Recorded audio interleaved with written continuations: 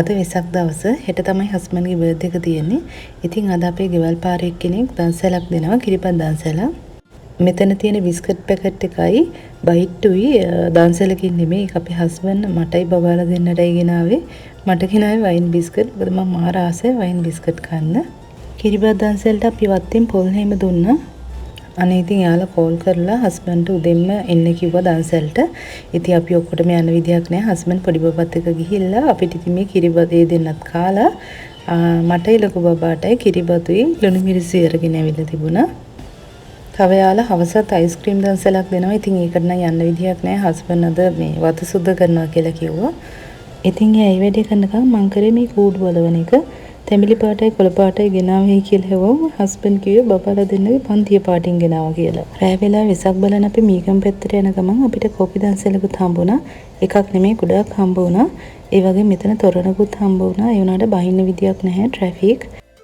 ඒ නිසා අපිට හම්බුණු කෝපි දන්සැල හැරුණාම අපි කිසිම දන්සැලකින් නැවැත්තුවේවත් නැහැ. අනිත් එක වෙසක් බලන්න කියලා බිමට බැස්සෙවත් නැහැ. වාහනේ යන ගමන් බැලුවා විතරයි. අපි රෑ කෑම ගන්නාව මීගමු සමීහයකට. ඉතින් දන්සැල් බත් නම් කන්නාස ඒ වුණාට පෝලිං වල ගොඩක් සෙනගනේ. ඉතින් අද අපි මේන් ඩිෂ් එක විදියට ඕඩර් කරේ චීස් කොත්තුවක්. ඉතින් මේ සමීහගේ චීස් කොත්තු එක හරිම රහයි. ඊට අමතරව බැටර් ප්‍රෝන්ස් ඕඩර් කරා ටාටා සෝස් එක්ක. තව හස්බන්ඩ් ඕඩර් කරා මේ එයාට බොන්න ටොම් යම් සුප් එකක්. ඉතින් ඒක හරිම රසයි. බීලා තියෙන අය දන්නවා ඇති ඒ සුප් එක කොච්චර රසද කියලා. ඒකෙන් පස්සේ අපි යාළගේ මිනි මාර්ට් එකක් තියෙනවා ෆොරින් චොක්ලට්ස් එහෙම තියෙන. අපි එතනට ගියා. ඉතින් මේ ලින් චොක්ලට් එක හස්බන්ඩ් අරන් තිබුණේ මට. ඉතින් මට කියන්නේ ඉතින් අපි කට්ටියම කාය කියන ගමන් මේක බෙදාගෙන කෑවා. මේ මාෂ්මැලෝස් ටික මම ගත්තේ හෙට හස්බන්ඩ්ගේ කේක් එකට දානවා කියලා හිතාගෙන. කින්ඩර් ජොයි ගත්තේ බබාලට. බබාලා නිදාගෙන හිටියේ ඒ නාත්තන්ට ලස්සන තොරණක් තිබ්බ නිසා මම බබාලා නැගිට්ටුවා තොරණ බලන්න. ඔට තව ටික ඉස්සරහට ගන්න. ඒක කර දෙන්න අපි සූදානම්. නාටකීය ව්‍යාපාරික සංගමය හත්වන වරටත් ඉදිරිපත් කරනු ලබන කට්ටහාරි ජාතක කතා විදහා දක්වන තොරණ නරඹමනුයි ඔබ සිටින්නේ. දකුම් කළු රූප රටාවන්, දකුම් කළු ආලෝක රටාවන් සහ ඔබගේ දැස් පිනවන අපූර්ව චමත්කාර ජනක අත්දැකීමක් ඔබට තෙලින කරන්නට කට්ටහාරි ජාතක කතා විදහා දක්වන මේ තොරණ හරහා අපේ බලාපොරොත්තු වුණා. ඒ අනුව ජීවිතේ අනිත් දෙන්නට බුදුන් බුද්ධත්වයට පෙර ඉපදුණු භවයක සිදු වූ කතා පොතක් තොරණට ආරෝපණය කරලා ඊට අනුගත වෙච්ච රූපරාමු නිර්මාණය කරලා ඊට ආවේනික ආලෝක රටාවන් මනාකොට සංයමයකින් ඔබට බලාගන්නට හැකි අයුරින් මේ තොරණ නිර්මාණය කර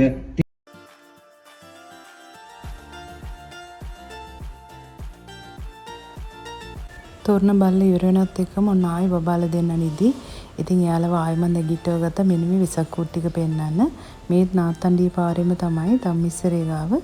ඉතින් හරිම ලස්සනයි මේ විසක් කුඩු පාට පාටින් තියෙනවා. හරිම ලස්සනයි. බබාලා දෙන්නව නැගිට්ටුවා.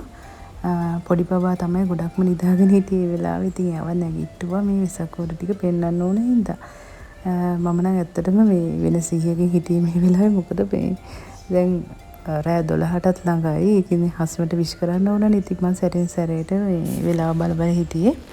කොහොම හරි අපේ ගෙදර පාරට හැරෙන්න වගේ ලඟ වෙද්දි හරියටම රෑ 12යි. ඉතින් මම යාට බර්ත්ඩේ විශ් කරා.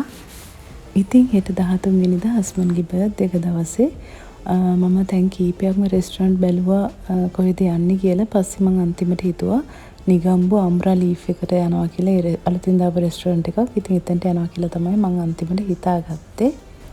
ඉතින් යාළගේ බ්‍රෙක්ෆාස්ට් බුෆේ එක per person වෙන්නේ රුපියල් 990යි. ඉතින් ඒක ඇත්තටම හරිම සාධාරණයි. කෑම ටිකත් හරිම රසයි. හොඳ රසකට තිබුණා. මට මතකයි මෙයාලගේ තිබුණා මේ ඉන්දියාපත් එක කන්න චිකන් කරි, තලපත් මාළු කරි එහෙම. ඒ මාළු වල අර කිරි රස හොඳට එන්න විදිහට හදලා තිබ්බා.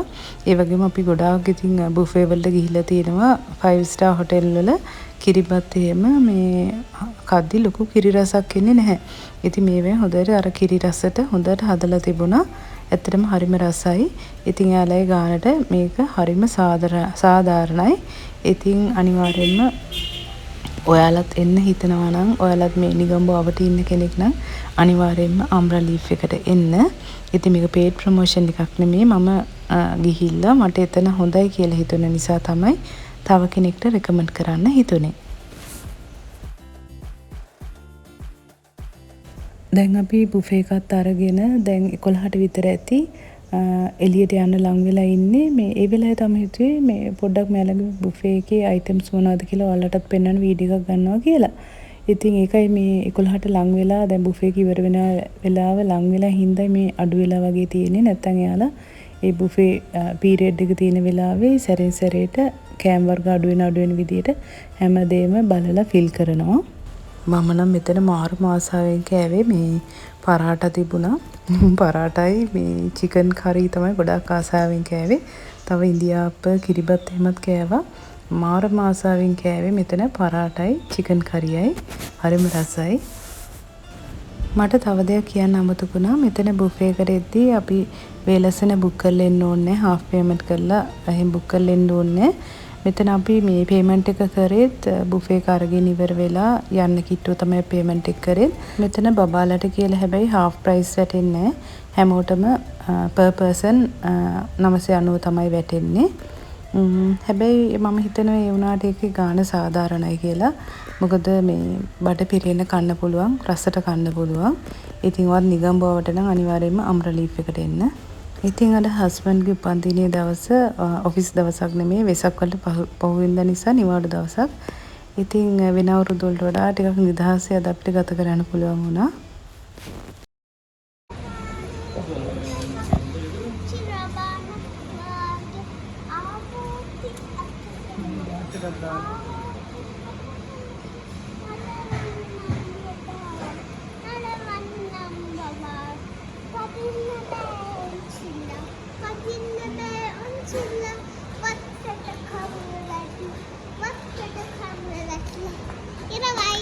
අම්බ්‍රා ලීෆ් එකෙන් දැන් අපි එළියට යන්න හදන්නේ. ඉතින් ඊට ඉස්සෙල්ලා අපි හිතුවා ෆොටෝස් ටිකක් ගන්න ඕනේ කියලා. ඉතින් බබාලත් එක්ක මේ විදිහට ෆොටෝස් ටිකක් ගත්තා.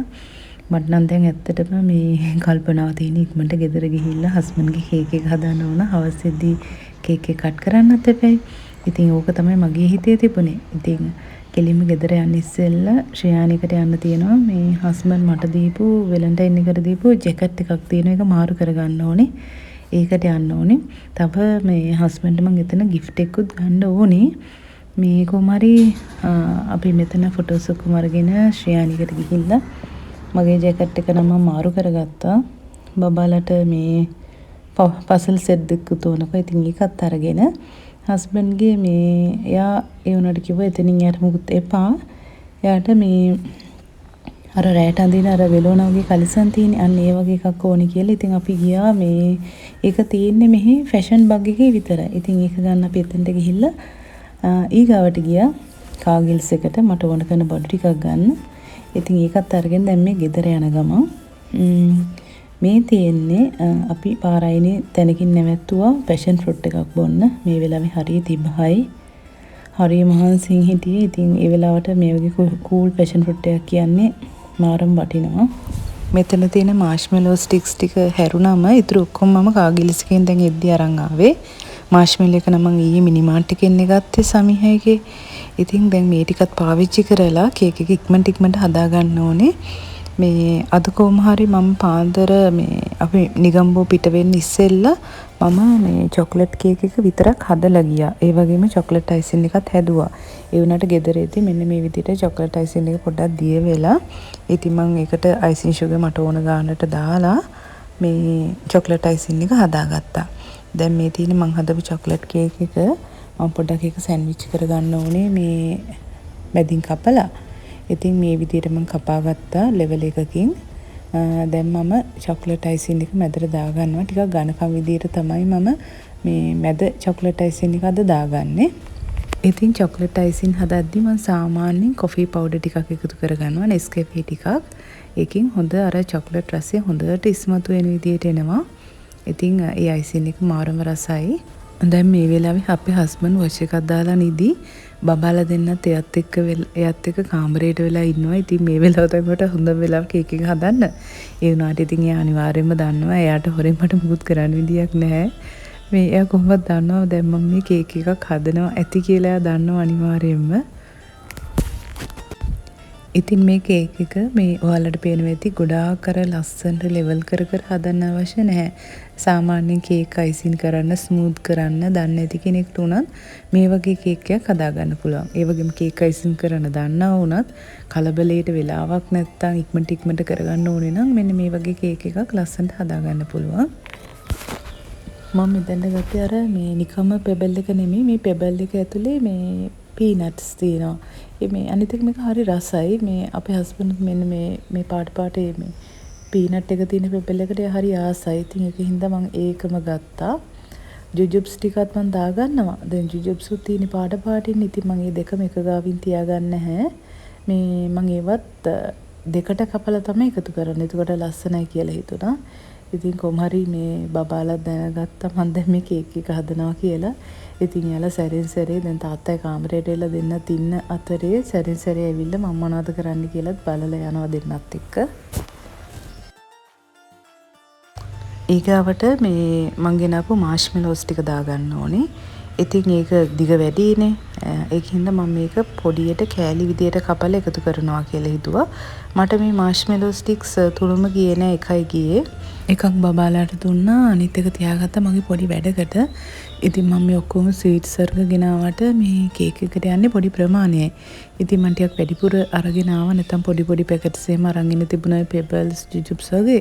ටිකක් වැඩිපුර ගෙනාවේ මේ බබාලගේ දහම් පාසලේ පොලක් තියෙනවා. මේ පාස්කු ඉවර වෙලා තමයි ඉතින් මේ මාසේ තමයි දැන් මේ අවුරුදු පොලක් වගේ තියන්න යන්නේ බබාලගේ දහම් පාසලේ. මේ ඉතින් ඒකට මට ඩෝනට්ස් මම බාරගත්තා. ඉතින් ඒක හදාගෙන යන්න ඕන. ඒකට ලස්සනට චොක්ලට් ග්ලේස් එක දාලා උඩින් දාන්න පුළුවන් මේ පෙබල්ස් ජුජුබ්ස් වගේ දේවල් ස්ප්‍රින්කල්ස් වලට අමතරව. ඉතින් ඒකටත් එක්ක තමයි මම මේ විදියට තියාගත්තේ. ඔය අතරේ මම චොක්ලට් බෝල ටිකක් දාගත්තා මෙන්න මේ විදියට.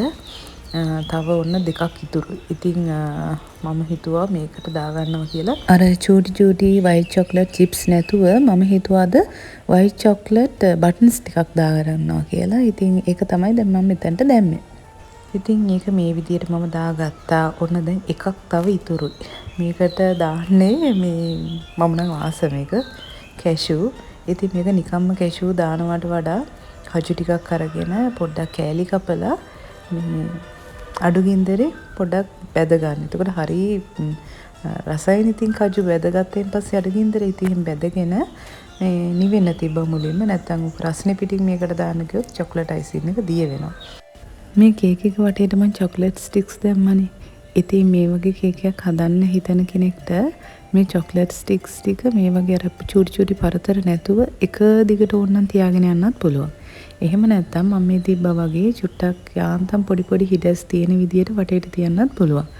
ඇත්තටම මේ මං ග්‍රෑම් 200 පැක් එක ගනිද්දිත් හිතුවා සමහරක් විට මදි වෙයි කියලා එක ගාවම තියන්න. හැබැයි මේ මම හිතුවා කමක් නැහැ මදි වුණත් කමක් නැහැ මම ඒක කන්ට්‍රෝල් කරගන්නවා කියලා කොහොමරි මැනේජ් කරගන්නවා කියලා හිතලා තමයි මම ඒක ගත්තේ. මොකද අපි උඩටත් ස්වීට්ස් ගොඩක් දානවානේ. ඉතින් ආයෙමත් එක දිගට වටේට දාන්න ඕනේ නැහැ කියලා හිතුවා. කොහොම හරි අන්තිමේදී මෙන්න මේ විදියට තමයි මම කේක් එක ලෑස්ති කරගත්තේ. මම තියාගත්ත චොකලට් අයිසින් එකෙන් හබි කියලා ලිව්වා. හැපි බර්ත්ඩේ කියලා බෝඩ් එකක් උඩින් තියාගත්තා. හස්බන්ඩ් නැගිටවන්න ඉස්සෙල්ලා තව පොඩි වැඩක් තියෙනවා.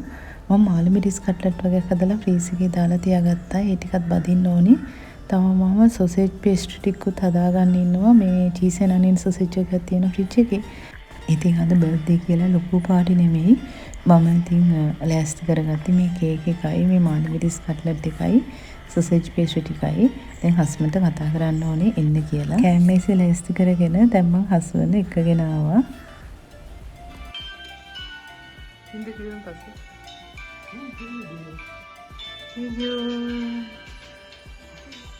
Happy birthday to you. Happy birthday to you. Happy birthday dear Tata. Happy birthday to you.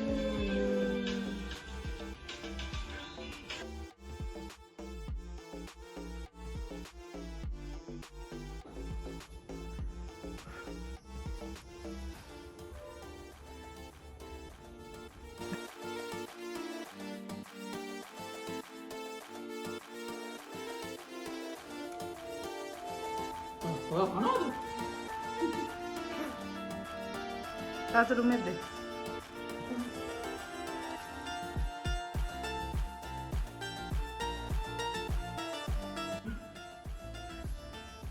Valili. Happy birthday, father. Thank you, ලස්සනයි පුතේ. රෙහාන ලස්සනයි පුතේ. This is my father. තාත්තා වැඳලා හරියටම. මාස්මලෝ අනේ. මාස්ලෝ වර්ගය කවරේ අලුත්. මේ කවුද පුතේ මේ තුන් දෙනෙක් ඉන්නේ මෙතන? මේව කවුද? මේනේ තාත්තා මේනේ අම්මා. මෙතන මේ ඉන්නේ. තාත්තා ගෑනු.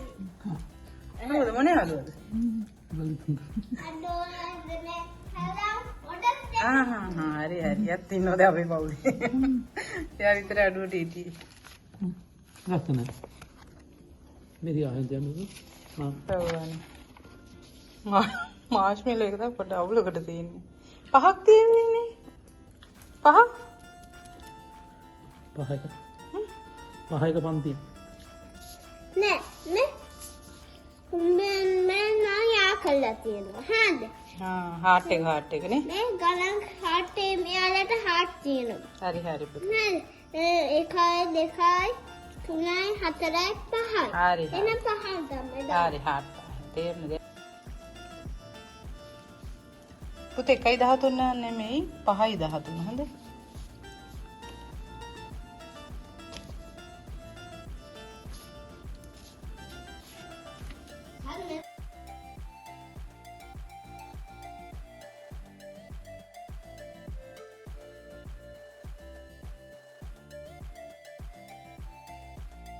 හස්බන්ඩ්ගේ උපන්දිනේ දවසම අපේ වත්තේ හිටවන්න කියලා පැල 3ක් තියාගෙන හිටියා. එකක් කොස් පැලයක්, එක හස්බන්ඩ් ගෙනාපු එකක්.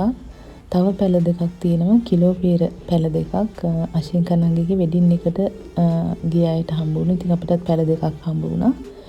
ඉතින් මේක එදා නම් හිටවන්න උන්නේ හස්බන්ඩ්ගේ බර්ත්ඩේ එකකින් පස්සේ ආපු දවස් 3-4කට පස්සේ ආපු සෙනසුරාදා දවස් තමයි අපි මේ peer පැල දෙකයි කොස් පැල දෙකයි වත්තට එකතු කරන්නේ. මේ වෙලාවේ පොඩ්ඩක් වහිනවා. ඉතින් ඔන්න ඔය විදියට තමයි මේ අවුරුද්දේ මගේ හස්බන්ඩ්ගේ උපන්දිනේ ගත වුණේ. අද දවසේ මගේ වීඩියෝ එක නරඹපු ඔයාලා හැමෝටමත් ගොඩක් ස්තුතියි. ඒ වගේම මම මේ වෙලාවේ ප්‍රාර්ථනා කරනවා මගේ ආතර හස්බන්ඩ්ට නිරෝගී වාසනාවන්ත සුබ උපන්දිනයක් කියලා.